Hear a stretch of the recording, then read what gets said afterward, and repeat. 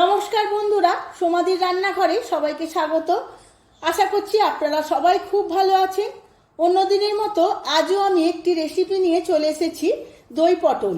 রোজকার একঘেয়ে সবজি খেতে খেতে যদি সবজিটা একটু অন্যরকম করে রান্না করা যায় তাহলে কেমন হয়, তাই কম সময়ে সামান্য কিছু উপকরণে বানিয়ে আজকে আমি শেয়ার করব।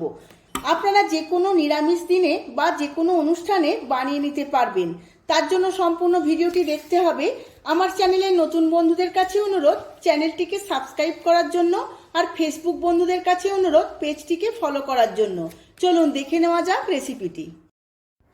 দই পটল বানানোর জন্য এখানে আমি বড় সাইজের পটল নিয়ে নিয়েছি 5টা। ভালো করে খোসা ছাড়িয়ে নিয়েছি আর দুদিকটা এইভাবে কেটে নিয়েছি অল্প করে।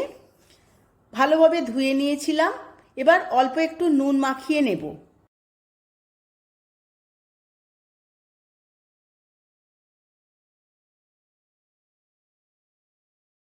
পটলটা নুন মাখিয়ে 5 মিনিট রেখে দেব। এখন আমি একটা পেস্ট বানিয়ে নেব। একটা মিক্সিং জার নিয়ে নিয়েছি, তার মধ্যে দিয়ে দেব 6টা কাঁচা লঙ্কা, 1.5 ইঞ্চির মতো আদা, আর দেব 1 চামচ জিরে। অল্প একটু জল দিয়ে একটা মিহি পেস্ট বানিয়ে নেব। পেস্ট আমার রেডি হয়ে গেছে। এবার কড়া বসিয়ে দিয়েছিলাম। কড়ার মধ্যে বেশ কিছুটা তেল দিয়ে দিয়েছি পটলগুলো ভাজার জন্য।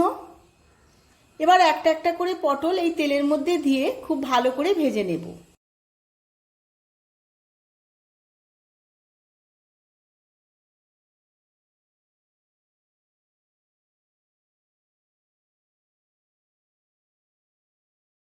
পটলগুলো ভাজা হয়ে গেছে, হালকা হালকা রং ধরেছে। বেশি কড়া করে ভাজবো না। এবার পটলগুলো তুলে নেব।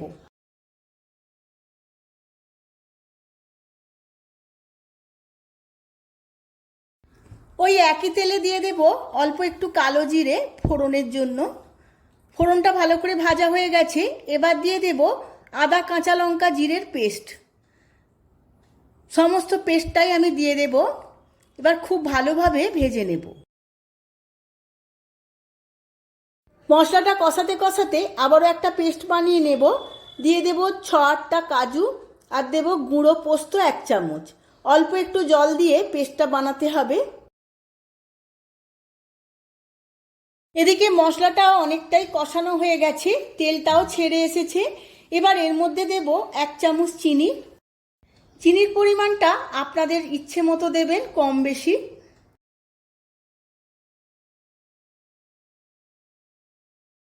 মশলাটা কষানো হয়ে গেছে। এবার দিয়ে দেব কাজু আর পোস্তর পেস্ট। এবার বাটিটা ধুয়ে অল্প একটু জল দিয়ে দেব। এবার সমস্ত মশলার সাথে পেস্টটা খুব ভালোভাবে কষিয়ে নেব।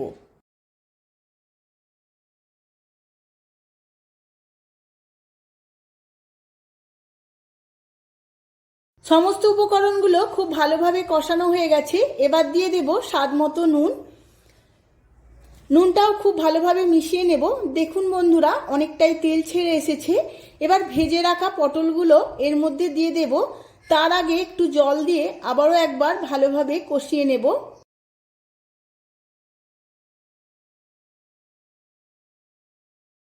গ্রেভিটার সাথে পটলগুলো খুব ভালোভাবে মিশিয়ে নিয়েছি। এবার চাপা দিয়ে 2 মিনিট সেদ্ধ হতে দেব।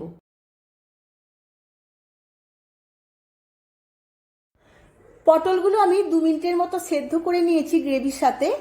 এবার দিয়ে দেব 1 চামচের মতো শাহি গরম মশলা। শাহি গরম মশলার গুঁড়োটা দিয়ে সমস্ত কিছুর সাথে খুব ভালোভাবে মিশিয়ে নিতে হবে। বেশ ঘন ঘন হয়ে গেছে। এবার আমি 1 মিনিট এইভাবে নাড়াচাড়া করে নেব। তারপর টক দইটা দিয়ে দেব। 100 গ্রাম টক দই আমি ভালোভাবে ফেটিয়ে নিয়েছি। এবার ওপর থেকে টক দইটা এইভাবে দিয়ে দিতে হবে।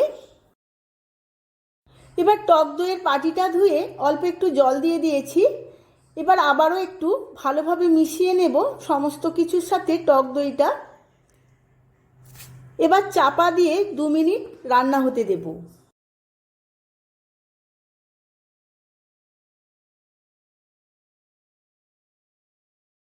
দেখুন বন্ধুরা, কত সুন্দরভাবে টক দইটা মিশে গেছে।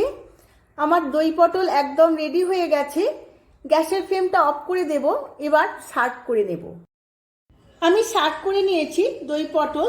দারুণ দেখতে লাগছে। যে কোনো রুটি পরোটা দিয়ে এই ডিশ দারুণ খেতে লাগে। আপনারাও আমার মতো করে বাড়িতে একবার বানিয়ে নিন, আর কেমন হয়েছে আমার কমেন্ট বক্সে কমেন্ট করে জানাতে কিন্তু ভুলবেন না।